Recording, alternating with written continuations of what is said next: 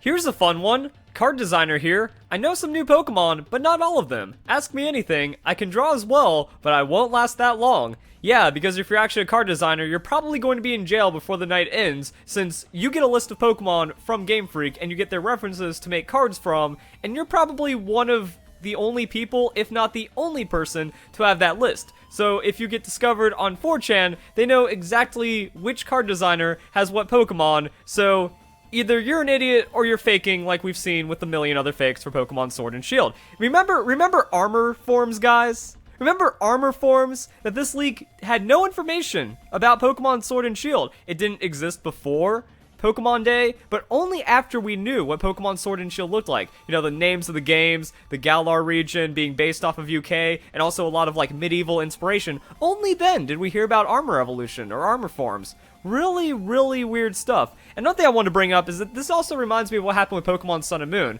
because I don't remember when and how it went down exactly, but I do vaguely remember a thread where someone's like, I'm just going to start drawing new Pokemon I've been seeing because of blank, where blank means either I'm a translator, or I have leaks or insider information, or I saw something at a visit, you know, one of those, and then turned out that none of those were real. But the thing that's interesting about this is we do have multiple points of information, and it is the same guy, so we just look for card guy, and we try to break down his information. He's also given us multiple new Pokemon to look at. So that means if we get information, quote-unquote, soon, we can actually use that to figure out if all of this is fake or all of this is real. That was another interesting thing about Pokemon Sun and Moon, that we were actually getting constant, persistent enough information to where we could almost immediately find out if something was real or fake. But now, leaks and fake information get to hang out for a bit longer than they should. And that goes back to the Salandit reveal, which was really weird in itself. We just got a random one Pokemon trailer in July, right after a trailer, and then right before another trailer. So that's just how wild the new information was for Pokemon. But what happened with Salandit is that it kind of confirmed at least a part of a leak, and then we just got to watch as more and more ended up happening. So a close friend of mine confirmed that he indeed saw this text before the Salandit reveal. So now that we had that, you know, there's a fire plus poison Pokemon, and then it refers to Salandit. Also mushroom Pokemon, so as we got the Morello reveal, Snowball Football Monkey. This was the one where it's like, okay, this is confirmed. Someone's saying a Rugby Monkey, and then we have Passimian revealed. That's pretty crazy. And then there was also stuff that said, you know, the Royal 3 is what we call the starters in Chinese: Archer, Wrestler, and Siren.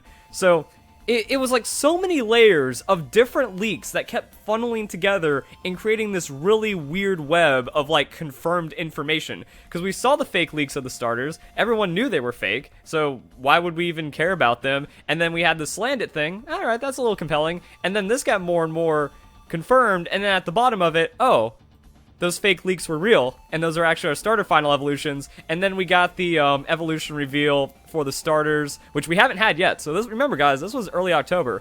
We are in a massive lack of information. So yeah, October 4th gave us that. And then we looked at it, it's like, you know what? Torcat looking thick. It's going to become that fire wrestler. Huh. But now when we start looking at the current state of Pokemon leaks, we have one. And that's the one that's been carrying us this entire time, and it's taken until the game's release to not even have all of the information. So, this guy, the response is, you know, draw starter evolutions, my friend. Okay, I do not know anything about Sobble's evolutions since I haven't seen any information regarding that. And this just kind of looks like every fan art that I've seen, because there's no, like, leaks of the starter evolutions. It's all fakes and fan art being passed off as fakes for clickbait and stuff like that. So, I mean, that seems pretty straightforward. And then this one's actually interesting because it seems to be more sports-centric. And from the main leaks, it doesn't really seem that sports-centric. Also, it's supposed to be called Raboot, but it just kind of looks like a footballer or soccer player. So, I don't know. It just seems like a bigger Score Bunny that someone had a concept for. Then we start getting to some interesting stuff. So here, he has a lot of replies.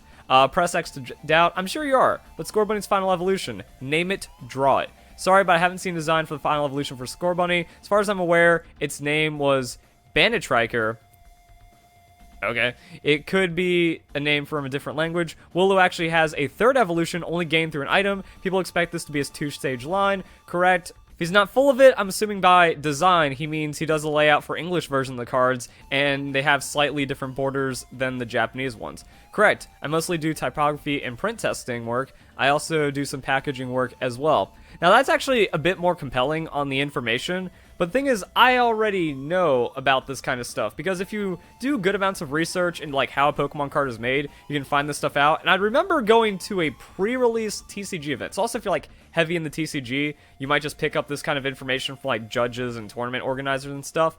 But I went to a pre-release event and actually met one of these people. He was given like alternate card art. Let's see if I can actually find the card, because it was actually kind of cool. It was the Rising Rivals pre-release, and it was really cool because I have like the Rotom sleeves from it, and it was Upper Energy. So the guy that like did the finalization for the localized design for Upper Energy, he was actually like talking about it, and it was pretty cool. And then he ended up signing cards because he just had like multiple Upper Energies that he got from the Pokemon Company since he was the one that designed it, and he was just giving it out. So that was pretty neat, and that does add like another layer to this.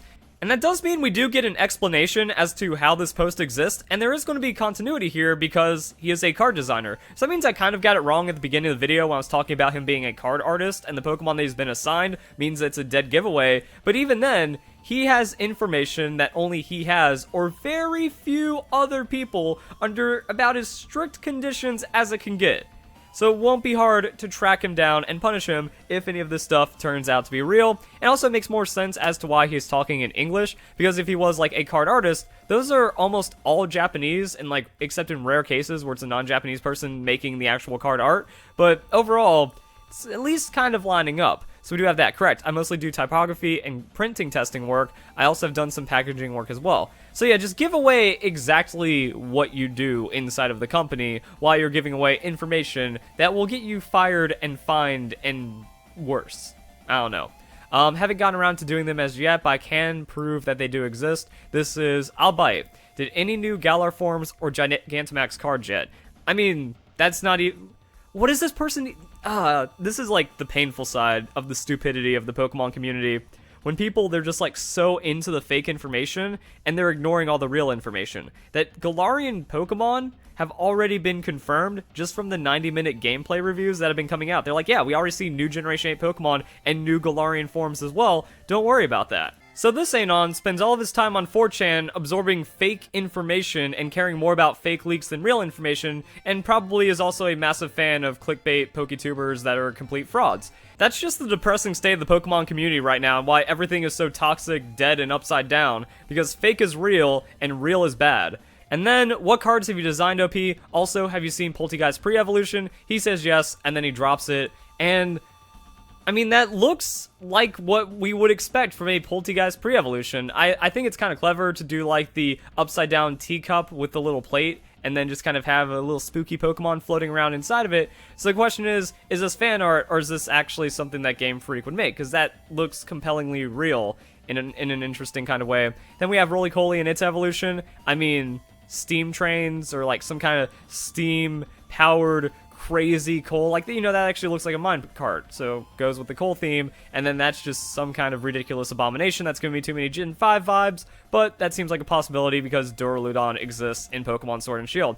So once again, it's like all of this kind of lives and dies by the anything getting confirmed, that if we see something that looks reminiscent of this, even in like the first, like, let's say Pokemon Sword and Shield comes out. So in a strange world where we don't have a data mine, there's nothing known about the games when they launch because everything is cracked down that much. Well, what you do is you get Wooloo, you evolve it, and if it evolves and looks like this, that means everything else is confirmed. Or if you go to that spooky area, like there's that forest. There's a spooky forest next to your house on the map, and the 90-minute gameplay reviews talk about how that is one of the first areas you go to. If you go there and you find Polteageist pre-evolution, then everything else falls in place, which means now you have a rough idea of what the starters look like. Or if we get a starter reveal in November, then we can know what to look about from here. This is where, like, this is one of those weird things where someone does have good artistic talent, they know what they're doing, and they've really planned out a good leak, because we have seen many fakes that are like, my god, that looks exactly like something Game Freak would do.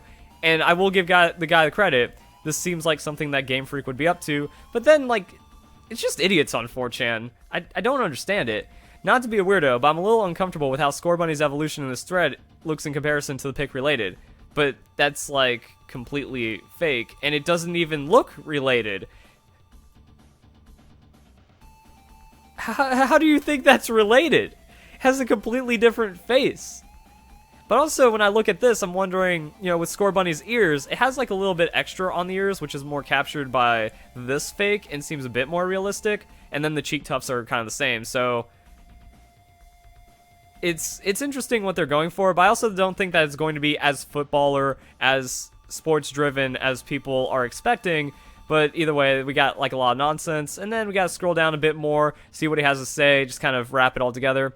Okay, so not to be a weirdo, I'm a little uncomfortable with how Scorbunny's Evo looks in this. Similar has happened, but this pic is already done by a notable Fakemon artist, and that's the Instagram. So yeah, so I mean, this was already like shown to be fake, and he knows about that.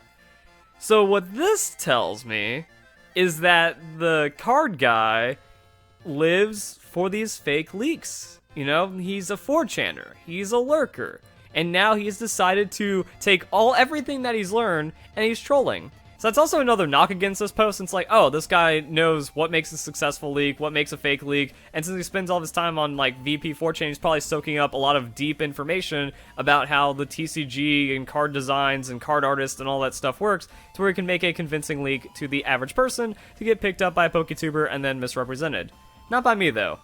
I'm going to give it to you guys straight. I'm not going to use this to clickbait and make it more than it is. So we got Zacian, Steel Fighting, Steel Ground. Oh wow, we're getting a lot of interpretations of Zacian and Zamazenta.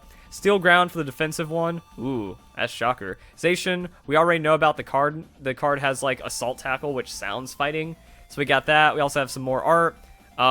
Evolution for Impidimp. Cool. Corviknight pre-evolutions. The Corviknight pre-evolution there, it looks really cool, but also doesn't look like the Professor Magnolia's Cane. The Professor Magnolia's Cane. Yeah, that's grammar. Pre-evolution, it's a bird. Those look kind of cool.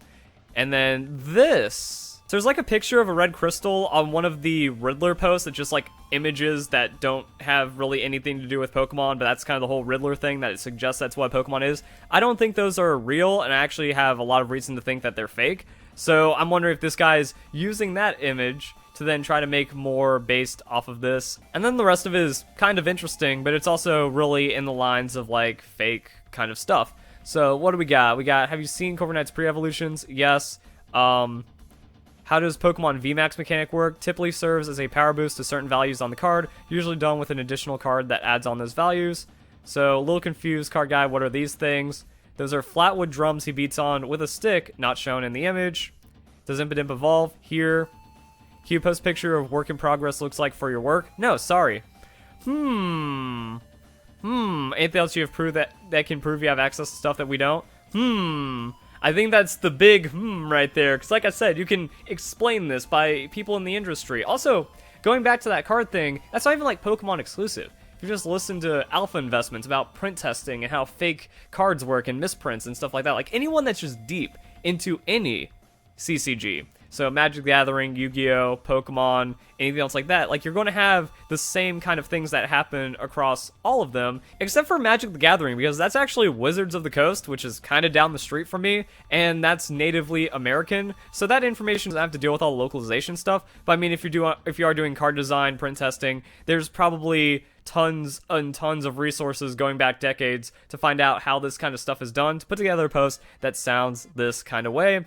And as we've kind of seen from the other people, just kind of like posting a lot of different pictures of Pokemon that they claim they've seen in some kind of reply thread like this, you know, all it takes is a talented artist and some good creativity just kind of bumming off of other leaks, and then they can make a lot of Fakemon designs. So this could have been something that's been prepped for a while, and the guy's just kind of sitting on it. Because, I mean, look at how these answers come out. You know, of course someone's going to talk about Wooloo. Of course someone's going to talk about the pre-evolutions, so he already has this, like, sketched up right here. He's just waiting, like, oh, what does Roly-Poly evolve into? Got it. Oh, what does Wooloo evolve into? Got it.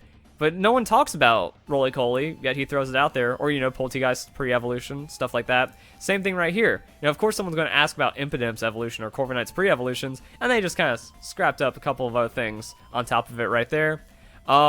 Wouldn't posting the Pokemon you've seen and the fact that you've designed the trading cards immediately reveal who your boss is to management? Basically saying, this is my job and my responsibilities. Multiple departments, I should be safe. Nah. You got caught on that one, my dude. Like, even if there are multiple departments, once again, they're going to do things where they seed slightly different information to everyone to where they can find out the uniqueness. Even with multiple departments, that means all the departments are coming in for interrogation, and you're probably going to get caught. Can you draw completely new Pokemon? 2 or 3 if you can. Here, any new Pokemon lines that you know about. Ice or Fairy. Crown line is Fairy Rock. Sorry for the slow response. So we got like Jewel, Crown, Rock type Pokemon. Wait, did you say Fairy Rock? Yeah, Fairy Rock. Because I saw this as like, Fairy or Ice preferred. So we got Fairy Rock Pokemon. Oh man, another 4 times weak to Steel, going to be a baller kind of idea. And then just some things to do cobbled together. Once again, it does have like Game Freak levels of creativity, but as we've seen in the past, that happens a lot, especially with like the diversity of leaks and some kind of information that we get. So there we go, guys. Looks pretty fake, but it raises a bit more of an eyebrow, and kind of like I said, it won't take long, or all it takes is like the next bit of information we find out if all of this is real or all of this is fake. So it's kind of worth like documenting and noting for now, and then we'll kind of see where it goes from there. But the story holds up and falls through at the same time, which is kind of interesting, and because we aren't in a crazy news cycle of Pokemon Sun and Moon, fake stuff like this is just going to hang around for a bit longer, and then we'll have to see where it goes. So guys, enjoy the video. Hope you all have a nice day. Thank you very much for watching.